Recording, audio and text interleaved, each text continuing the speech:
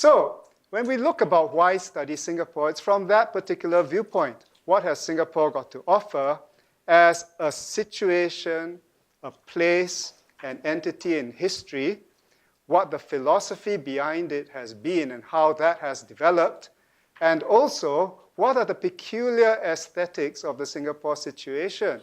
Because it's these things that people see when they look at Singapore, that little red dot, the last independent city-state, and so on, whatever labels they apply to the Singapore situation.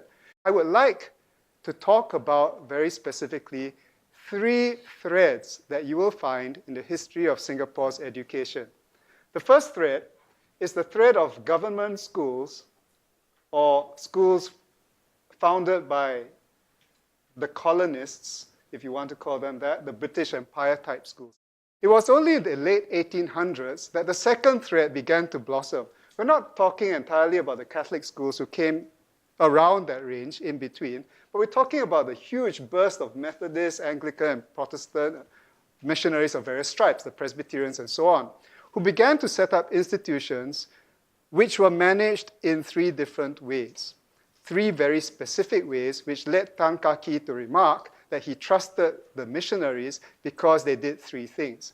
Number 1, they knew their stuff. Number 2, they were no-nonsense people.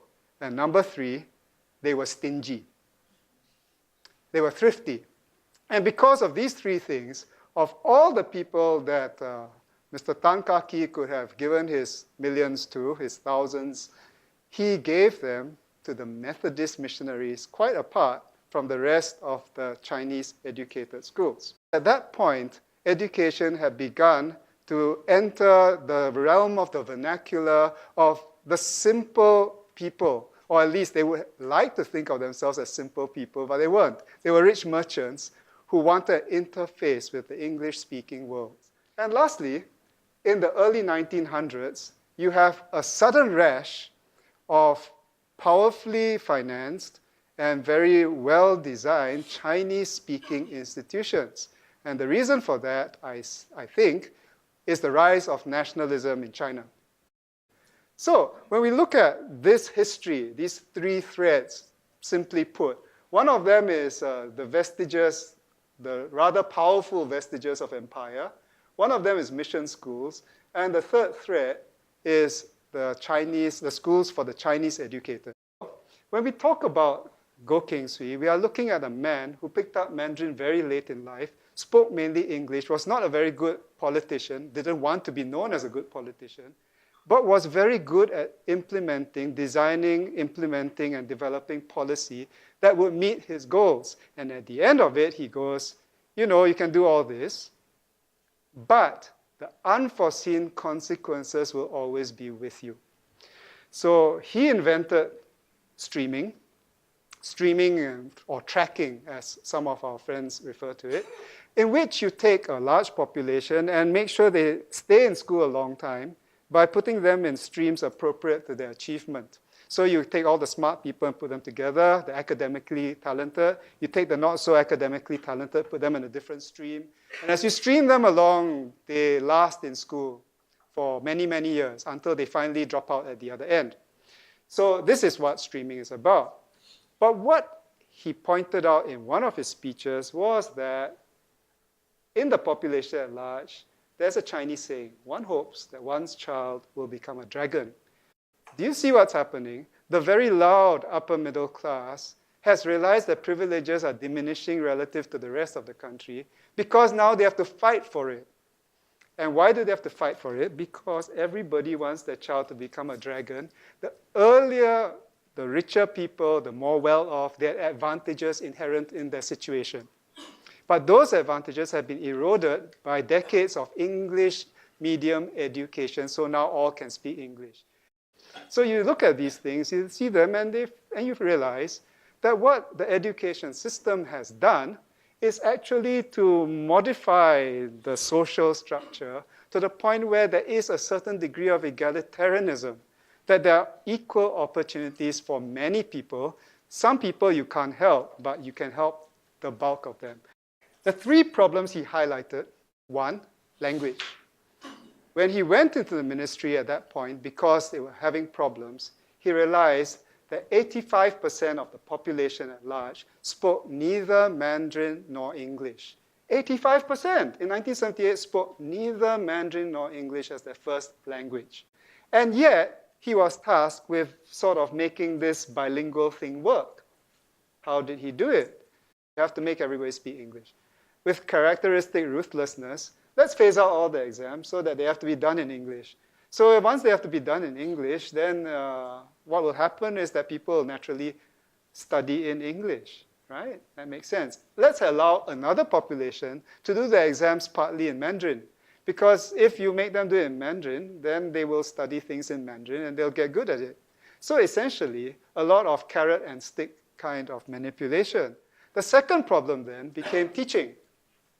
He found that the main problem was quality of teaching because in the tumultuous years of shifting people around, you had a sort of exodus from Chinese stream schools to English stream schools. And so you are having people who are speaking Mandarin or some form of Chinese as their native tongue, and they were having to teach in English.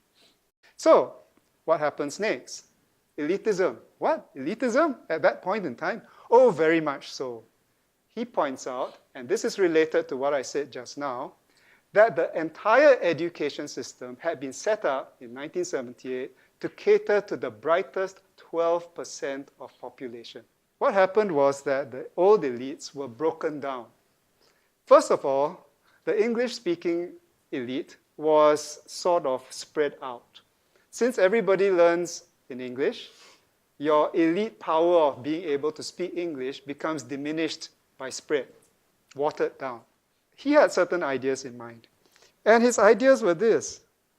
We need to, first of all, think of making people a reliable workforce. So if they can't speak Mandarin, they will all speak English anyway. Why? Because that's one of the markers of estimating the future potential of a country's development as far as those people who will invest in us are concerned. Secondly, I've got to make things work.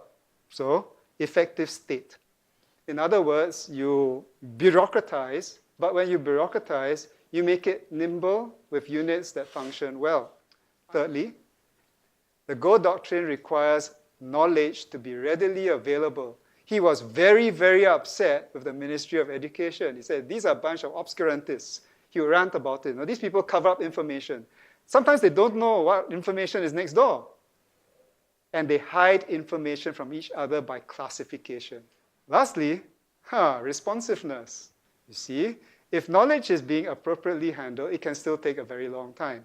Responsiveness is important. One of the important parts of changing things is always, we don't intend these consequences, but can we prevent them by looking at what they might be in the first place? So this is something that I suppose Singapore's education system has to think about. Unintended consequences? What's happening to Mandarin? We're becoming, as Chinese people, a nation of very bad Mandarin speakers. So here are 4 things that we must think about. Number 1, you see this thing? It's called the rise of the global middle class, also known as crouching tiger, hidden dragon. The problem is this.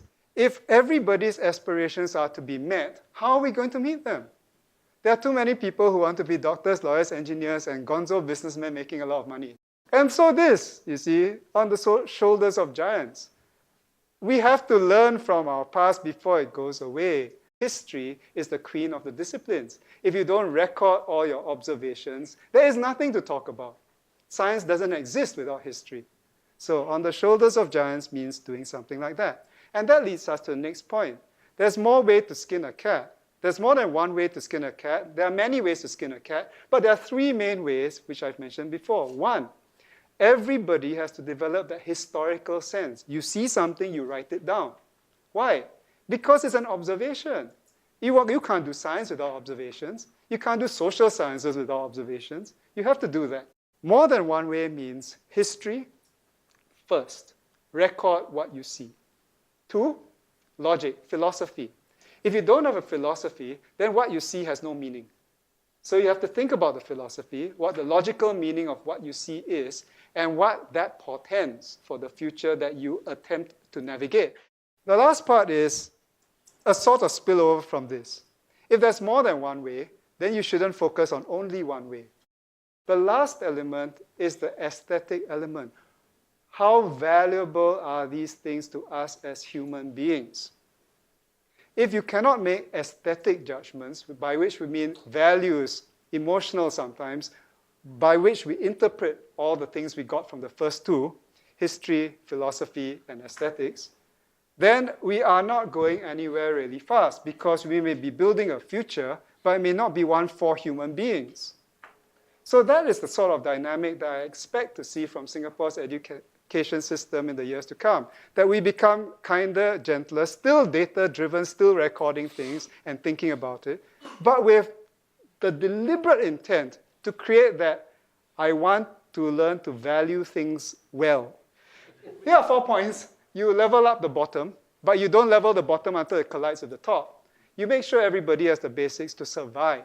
Below the bottom, you need to build strong foundations, or the bottom just falls out again. So the building foundations part is to build structure, which means that later in life, they retain the history, the philosophy, and aesthetics approach. They are always interested in bettering themselves in these directions in a way that's useful to society, in a way that's useful to attaining their goals, which should be legitimate and well thought of in terms of virtue. There are more tools in the toolbox. Because they have all these other things, they can do more things. More things in terms of complexity, difficulty, elegance, and function. And lastly, if there are more tools in the toolbox, everything can become relevant, or everything is relevant. Everything becomes relevant if you are actually looking around the problem and trying to gather as much as you can know about those topics, something that a lot of our students fail to have.